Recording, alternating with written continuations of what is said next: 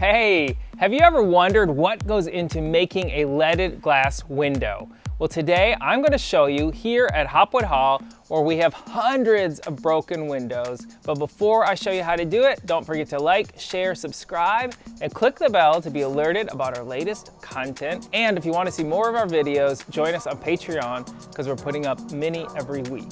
Thanks. So as many of you know, over the years we've had multiple vandal attacks and they have smashed many of the windows. They've also had stones thrown through them and they've just cracked and fallen into disrepair. We counted up about 812 windows in here, and that's the actual windows. That doesn't count all the panes. For instance, this window right here has 2,710 panes in it that need to be replaced. So much damage to fix, but we're getting there. With the incredible volunteers and friends group who have also been learning how to make windows, we have been putting together a way to rescue the hall and these beautiful centuries-old windows. This is the first proper workshop for learning how to do leaded windows. In the space of about 5 or 6 hours, we'll bring people in and they'll learn how to cut glass, learn how to cut the lead, learn how to solder, learn how to cement, and then white it off, brush it all down, and then stain the lead. If they can do a 4-panel or a 6-panel window, there's nothing there to stop them from doing a 14-panel window or a 21-panel window. We're able to do this because we received a grant from Historic England to help replace some of the windows. All right, Bob, I'm here to learn. You better hurry up because you're not that fast. Come on. I'm excited about this though. Amazing. It's dead simple. Is it really? Even you can do it. Your first skill is to learn how to cut glass.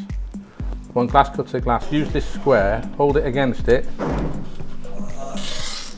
How is that cutting it? It's just scraping the top, but that weakens it or what? It's a tungsten tip on a roller, and that's where the glass is breaking through. So you're just weakening it and then yeah.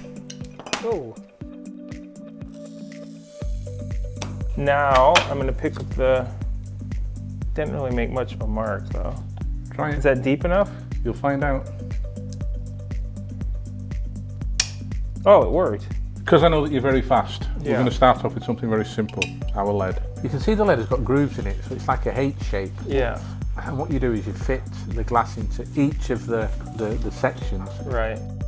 And then once you've got your glass in position and it's tight, these are pins to keep your glass from moving. Right. How long did it take them to make all these windows in the hall? I mean, there's hundreds of them. It must have taken lots of people, lots of years. It would have taken lots of people a long time, but don't forget the hall started off as something only 20 foot by 40 foot. And then it was just added on. And it just added on, so it wasn't as if, like we're doing now, all these windows have to be done all of them at once because they've all been broken. They did the medieval section, then they went into the Elizabethan, the Tudor Elizabethan, Georgian. So every 100 years another section was added? Well, yeah, when they added a section, it was just another part of what So was... there's windows in the hall that are probably done by people that lived hundreds of years apart. Oh yeah, Would that be right? yeah. Wow. Yeah. This is solder. It's like a hard glue Right. for the lead. I mean, it's a little nerve-wracking because it's a very, very hot thing here, so it makes me a little bit nervous, but it's pretty cool to be making this. I've never done something like this. What worked? It's so interesting how this is soldered. And now when I walk in and I look at all these old windows in the hall and I see these marks, now I really have a true appreciation for the fact that somebody hundreds and hundreds of years ago was soldering this same way. The next step is to cement the lead, and this is to seal the glass within the frame. Okay. All right, it's good. It's just very untidy because we've got a lot of cement. Yeah. So generally what I would try and do is, with the back of the brush, which is clean, Clean it up. After cementing, we're going to cover the window in chalk. This is to help dry it out and also to give it a nicer finish. As a child, did you ever make a cake with your mum? Oh yeah. Did you ever put icing sugar on top of the cake? Yeah. Good. And how long do you leave this on? You generally leave it for a day or two, and then the last stage is to blacken the lead. What is this for a grill? You know the old-fashioned cast iron fires? Yeah. This is the black. Great polish, Yeah. okay. So what I want you to do is put that on gently, but rub it into all the corners. So here is the window that I have made. It's just a little 4-panel window, but it is a start. With this knowledge, I'm now qualified to make a window such as this. But this is going to take a lot of time and a lot more energy and practice, but I'm going to get there. Several members of our friends group took Bob's workshop and loved it so much that they have now become experts in making leaded glass windows to go into the hall. Sharon and Amanda started out learning to make a 4-panel window like me and have now learned how to make a 21-panel window. And they're now using their artistic ability to paint scenes on the windows that tell the story of the hall and also showcase historic maps of the local area. So these panes of glass have been painted with glass paint and they've been baked so it sets on nice and hard. I started doing these like with basic glass jars at home. They can go in the dishwasher, so it's brilliant stuff. And then when it gets built up and put in, and the whole window, we'll put lights on at the background and hopefully lots of fingers getting crossed, it will look gorgeous. A lot of these windows are covered with chicken wire to keep out the birds where there's holes in here, to keep out animals, and also just to stop other people from throwing a rock or throwing a brick or something like that.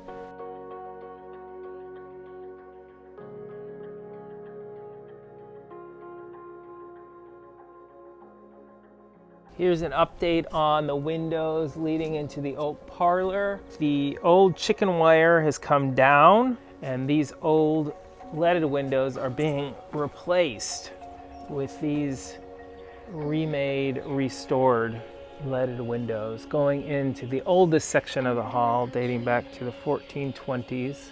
And you can see these holes here were drilled to allow air to get into the hall because back when dry rot was such a huge issue, air circulation is the one thing that could really kill it. So it needed to get in there and breathe. Hello, Phil.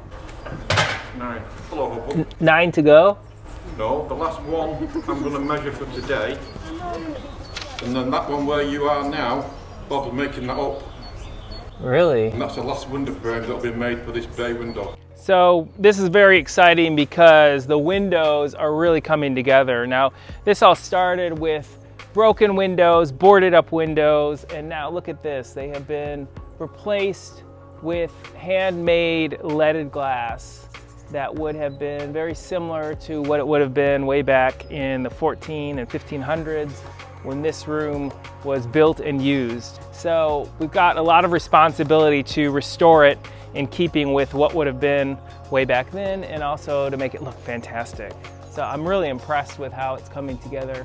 Being involved with such a local project, such a local historical project, you suddenly realise that you're not just building something, making something, putting something together. You are part of the history.